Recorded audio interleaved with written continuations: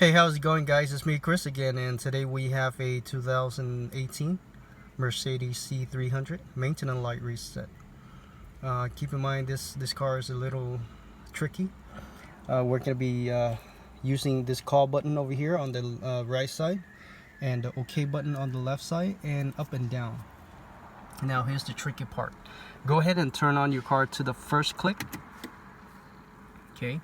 Now, if you're at this page already, then stay there. If not, use the arrow to go find this page. Then when you get to this page, go ahead and hit the call button and the OK button at the same time and hold it for a few seconds. Okay, now when you get here, use the arrow to go down to Assist Plus and press the OK for enter on that. And now you're gonna have to turn on the ignition to the second click without starting the car.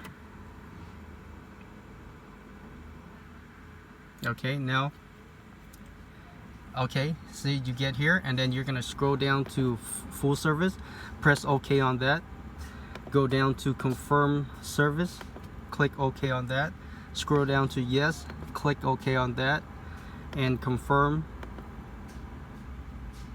and that is it. Guys, make sure you click that like. Thank you for watching. I'll see you next time. Bye bye.